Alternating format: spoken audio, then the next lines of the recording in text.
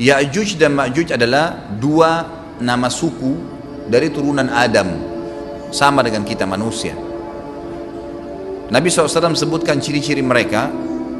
Mata mereka sobekannya kecil sehingga mata mereka kelihatan seperti sipit, tapi bola matanya besar. Mereka memiliki rambut yang keriting dan mereka memiliki poster yang umumnya seperti poster manusia. Hanya saja mereka ini memang menjadi fitnah, tanda-tanda hari kiamat. Mereka tidak berbaur dengan manusia yang lain. Salah seorang di antara mereka tahu kalau dia akan mati kalau sudah memiliki anak 1000. Tidak ada pengikutnya dari manusia biasa. Pada saat saya pelajari tentang Ya'juj Ma'juj ini tingkat 3 kuliah, kurang lebih waktu itu tahun 96, 97, dosen saya membuka kitabnya membahas masalah ini. Saya sempat tanya sendiri, saya bilang, Syekh, jumlahnya Ya'juj Ma'juj itu berapa banyak? Dia bilang tidak terhitung jumlahnya, karena ada hadis yang berbunyi mereka akan mendatangi sebuah sungai, kalau tidak salah namanya sungai Tibria. Sungai itu sekarang ada, besar. Bayangkan sungai ya, airnya banyak mengalir. Kata Nabi SAW, mereka akan mampir dan minum di situ. Mereka semua minum air sungai itu, dan yang terakhir dari mereka datang sudah nggak dapat air. Artinya air sungainya habis diminum. Bayangin berapa banyak jumlahnya tuh. Satu Jakarta aja sekarang kalau minum air sungai Ciliwung nggak habis. Mungkin nggak bakal habis kalau satu Indonesia pun minum. Bayangkan berapa banyak jumlah mereka tuh. Tidak terhitung. Nanti kan kita bacakan ayat-ayatnya tentunya. Banyak sekali ayat berhubungan dengan masalah itu. Tapi yang jelas pada saat itu Nabi SAW mengatakan, Allah berfirman kepada Isa, berkata, wahai Isa, aku akan mengeluarkan hamba-hambaku yang tidak ada seorang pun dari kalian bisa mengalahkannya, termasuk Isa alaihissalam, nggak bisa mengalahkan. Maka selamatkanlah dirimu bersama dengan pengikut-pengikutmu ke Gunung Tur namanya. Gunung Tur ini di Palestina ya.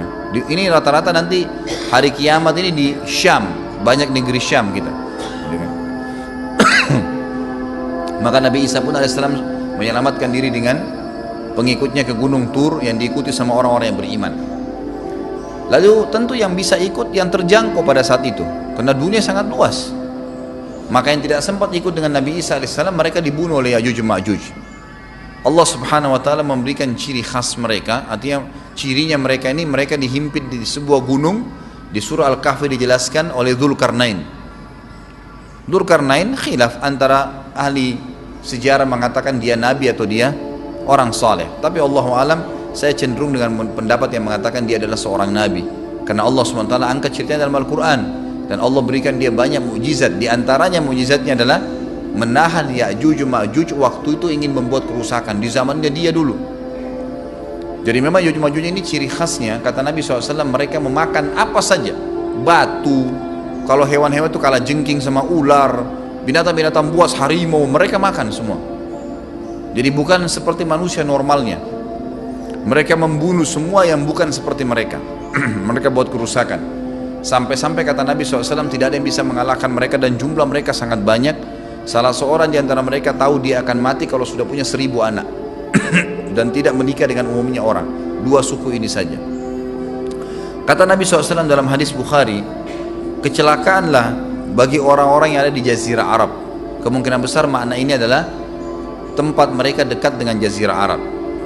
Sebagian, ada satu syekh dari Mesir, sekarang ada bukunya sama saya dan sudah terjemahan bahasa Indonesia, judulnya Ya'juj Ma'juj. Kalau Bapak Ibu mau beli bisa, ada judulnya Ya'juj Ma'juj, tapi saya lupa penerbitnya apa. Itu agak tebal, harganya mungkin sekitar 85.000 atau 100 ribuan lah maksimal. Itu khusus, dan beliau adakan penelitian, saya baca, dan memang sangat konkret dan ilmiah. Beliau mendatangkan fakta kalau tempat Ya'juj Ma'juj yang disebutkan dalam Al-Quran itu ada di Cina, tembok Cina. Jadi seperti yang disebutkan dalam Al-Quran, 2 gunung yang disatukan, di antara celah gunung itu ditaruh tembaga-tembaga. Pernah pemerintah Cina mendapatkan ada celah dari tembok Cina itu yang bolong, waktu mereka mau tempel bolongan itu dengan batu tanah yang mereka biasa taruh sekarang, ternyata di dalam itu ada tembaga yang mengeras, dan seperti disebutkan dalam Al-Quran. di mana ya Zulkarnain mempertemukan antara besi-besi yang ditumpuk lalu dipanasi, dibakar sehingga menjadi meleleh, kemudian disirami lagi dengan timah yang meleleh juga dan dibiarkan kering sehingga menjadi tembok besi. Kata Nabi SAW, kecelakaan bagi orang-orang yang Jazirah Arab karena telah terbuka dari lubangnya Ya'juj Ma'juj sebesar ini. Sudah kasih isyarat dengan jari ibu jari sama jari tengahnya. Artinya mereka sudah bisa melihat keluar.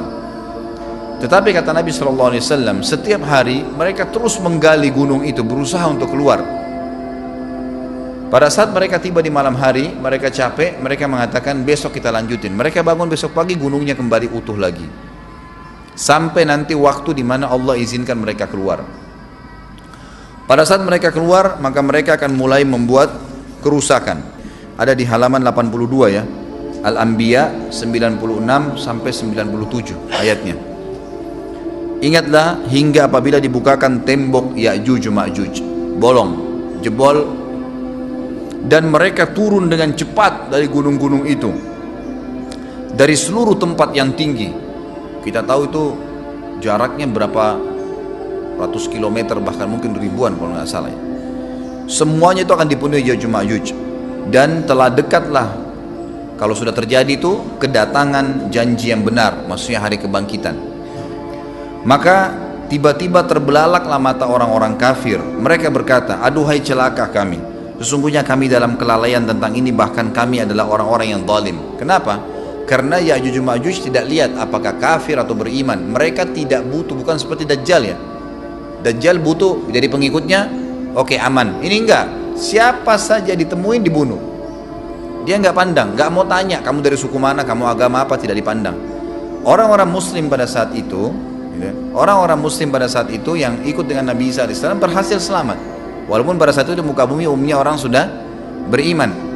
Yang dimaksud di sini orang-orang kafir adalah adanya orang-orang yang masuk Islam karena terpaksa, karena mereka tidak terlalu faham pada saat itu, lalu mereka menganggap remeh informasi dari Nabi Isa alaihissalam, maka mereka terbelalak matanya karena dibunuh oleh Ya'juj Ma'juj. Kata Nabi SAW di dalam hadis sahih